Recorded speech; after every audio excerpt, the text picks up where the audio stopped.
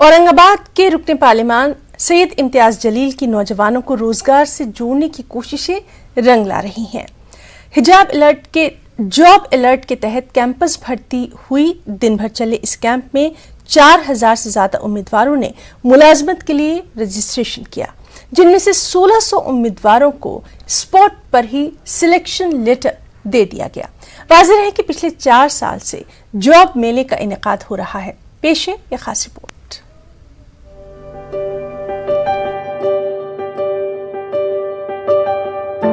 Covid वबा के सबब मुल्क में बेरोजगारी की शरह में तेजी से इजाफा हुआ है। सनती शहर औरंगाबाद में भी हजारों नौजवानों को मुलाजमत से महरूम होना पड़ा था। बदलती कदरों और बदलते तकाज़ों ने नौजवानों से उनका रोजगार छीन लिया। ऐसे हालात में औरंगाबाद के रुकने पार्लिमान सैयद इम्तियाज जलील की काविशों से महज एक दिन में 1670 नौजवानों को मुख्तलिफ कंपनियों में मुलाजमत मिली। खास बात यह है कि मुलाजमत पाने वालों में 12वीं पास से लेकर ग्रेजुएट और पोस्ट ग्रेजुएट शामिल है। सिलेक्ट हो चुके उम्मीदवारों ने अपने ख्यालात का इजहार कुछ यूं किया। मुझे व्हाट्सएप पे मालूम पड़ा था कि यहाँ पे जॉब की वैकेंसी वगैरह चालू है, तो मैं यहाँ आया था। जसडाइल कंपनी है, मैंने वहाँ पे इंटरव्यू दिया और अल्हम्दुलिल्लाह मेरा वहाँ पे सिलेक्शन हो गया है। तो एक्चुअली मुझे मंथली सैलरी मुझे अभी स्टार्ट के 6 महीने 16,500 रुपये बोले हैं। यहाँ पर ये लोग जो नौजवान, आप ये बहुत सारी भीड़ देख रहे हैं, जिनको कि आजकल के जो मुद्दे हैं, चाहे मंदिर मस्जिद हो, चाहे हिजाब का हो, चाहे लाउड स्पीकर हो, इनको ये सारे इश्यूज से किसी को कोई लेना देना नहीं है। आज हिंदुस्तानियों को ज़रूरत है तो एक अच्छी नौकरी की, अच्छी ज़िंदगी की। तो मैं समझता हूँ कि खासदार इम्तियाज जलील साहब बिल्कुल उसी के ऊपर काम कर रहे हैं। एमपी जलील के दफ्तर में इस जॉब मेले का इनेकाद हुआ। दिन भर उम्मीदवारों का हुजूम रहा। 1 दर्जन कंपनियों के माहिरीन ने इस मेले में जरूरतमंद और बासलाहियत अफराद को मुंतखब किया। कंपनी के जिम्मेदारों का कहना है कि कैंपस सिलेक्शन में उमूमन नौजवान महज तफरीह के तौर पर इंटरव्यू देते हैं, लेकिन यहाँ हमें जरूरतमंद और बासलाहियत उम्मीदवार मिले। इस बीच सबसे ज्यादा विराग कंपनी और जसडाइल के लिए सिलेक्शन किए गए। यहाँ जॉब के लिए इंटरव्यू के लिए आए हैं। इससे पहले हम 2 से 4 जगह इंटरव्यू दे चुके, बट हमें कुछ इसका रिजल्ट मिला नहीं अभी तक, इसीलिए हम यहाँ ट्राई करने आए हैं। और हमारा क्वालिफिकेशन बीकॉम ग्रेजुएशन कंप्लीट है मौलाना आज़ाद कॉलेज से।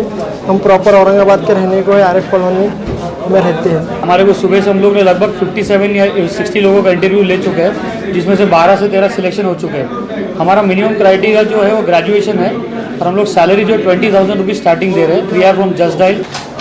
MNC कंपनी से हूँ, जो कि ऑटोमोबाइल मैन्युफैक्चरिंग कंपनी है वालूजमा में, जो कि बड़ी कंपनी है। तो लगभग उसके 12 से 15 प्लांट है औरंगाबाद में। तो लगभग मेरे पास में 250 से 300 बच्चों का सिलेक्शन हो चुका है। अभी भी लगभग 200 के आसपास कैंडिडेट है यहाँ पे अवेलेबल है। बेरोजगारी का अंदाजा इस बात से लगाया जा सकता है कि इस मेले में मराठवाड़ा के मुख्तलिफ अजला से नौजवान हुसूल मुलाजमत के लिए औरंगाबाद पहुंचे। दिन भर इंटरव्यू का सिलसिला जारी रहा। मुतअद्दिद नौजवान ऐसे भी मिले जो पिछले 5 बरसों से मुलाजमत की तलाश में मुसलसल सरगर्दा थे और उन्हें रोजगार अब मिल चुका है। वाज़ेह रहे कि एमपी जलील की क़यादत में पिछले 4 साल से जॉब मेले का इनेकाद हो रहा है। न्यूज़ 18 उर्दू के लिए औरंगाबाद से अजहरुद्दीन की रिपोर्ट।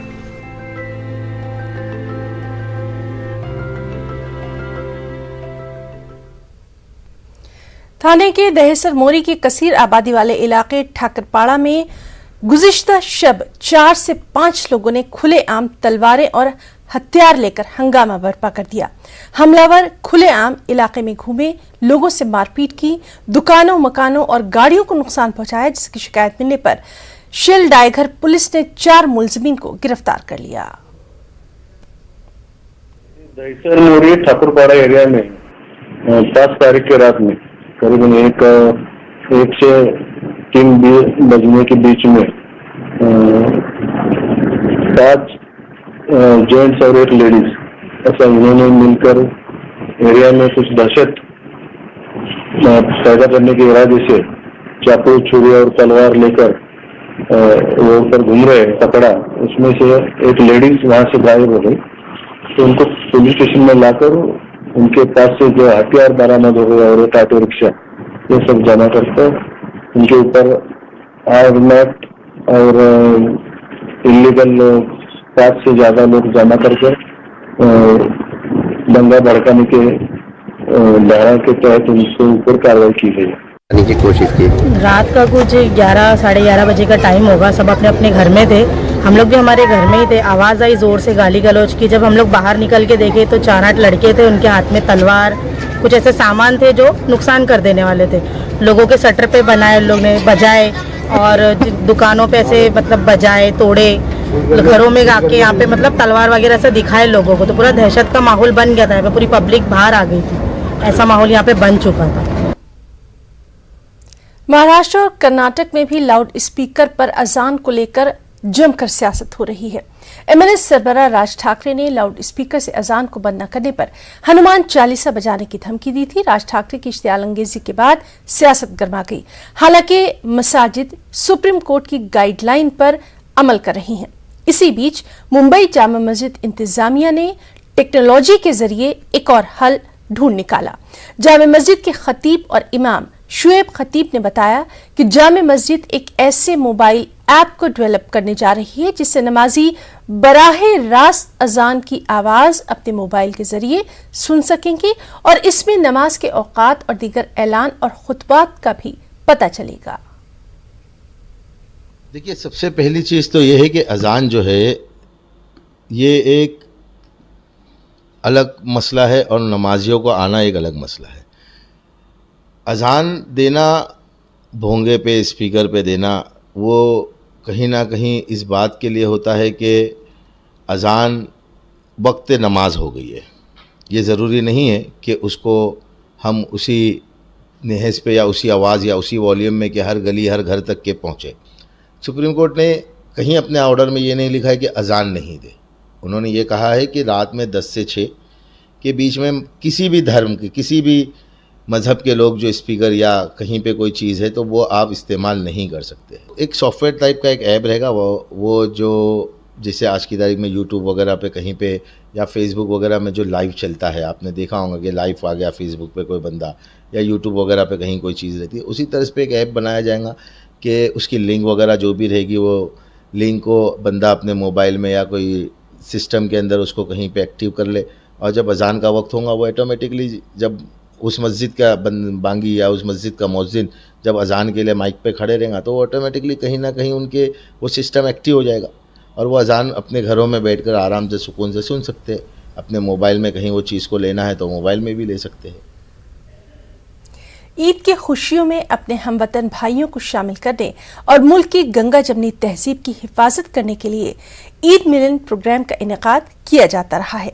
नांदेड़ में भी जमात-ए इस्लामी हिंद की तरफ से एक बेहतरीन ईद मिलन प्रोग्राम का इनेकाद किया गया जिसमें मुख्तलिफ मज़ाहिब से ताल्लुक़ रखने वाले रहनुमाओं के अलावा हमवतन भाइयों ने भी बड़ी तादाद में शिरकत की और भाईचारे का पैगाम आम किया। एक रिपोर्ट। जमात-ए इस्लामी हिंद नांदेड़ की जानिब से मुनक़िदा ईद मिलन तकरीब की ये तस्वीरें हैं। जमात-ए इस्लामी हिंद के मरकजी सेक्रेटरी मलिक मोहतसिम खान की सदारत में इस प्रोग्राम का इनेकाद किया गया। शिव श्री गंगाधर बिन बरे, ज्ञानी अवतार सिंह, महंत श्रीधर बाबाजी, भदंत पिया बोधी, डॉक्टर सोपान राव क्षीरसागर और दीगर कई अहम शख्सियात ने इस मौके पर मेहमान खुसूसी की हैसियत से शिरकत की। मुसलमानों के खिलाफ फैलाई जा रही नफरत की फिजा को सियासी पार्टियों की साजिशों का हिस्सा करार दिया गया। इस मौके पर शुरका ने कहा कि गरीबी, बेरोजगारी, बढ़ती हुई महंगाई और अवामी मसाइल के हल में नाकामी को छुपाने के लिए ऐसा किया जा रहा है।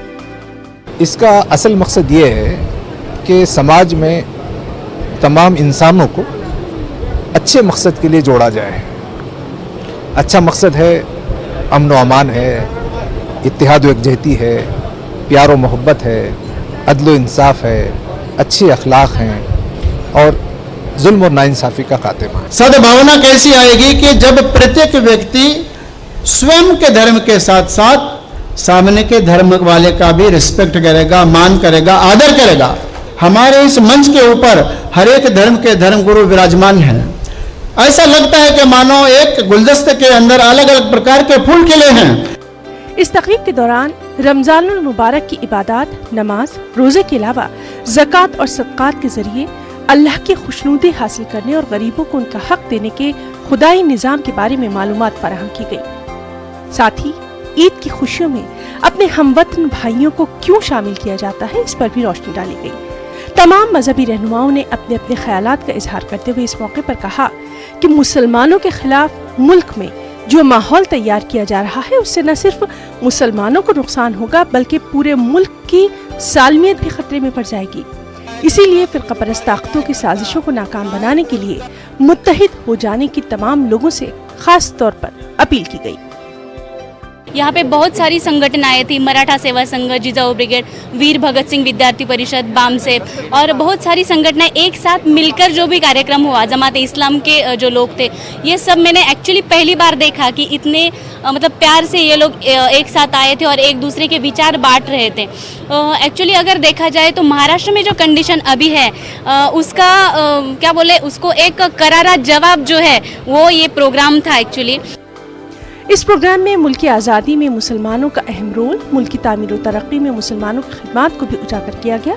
साथ ही लाउड स्पीकर से अजान के खिलाफ राज ठाकरे की जानिब से दी जा रही धमकियों का भी जिक्र किया गया और इस बयान को सियासी हथकंडा करार देते हुए इसके खिलाफ आवाज उठाने की नसीहत की गई। इस तकरीब में बड़ी तादाद में मर्द व खवातीन ने शिरकत की और प्रोग्राम के इख्तिताम पर तमाम शुरका की शीर खुरमे के जरिए ज़ियाफत की गई।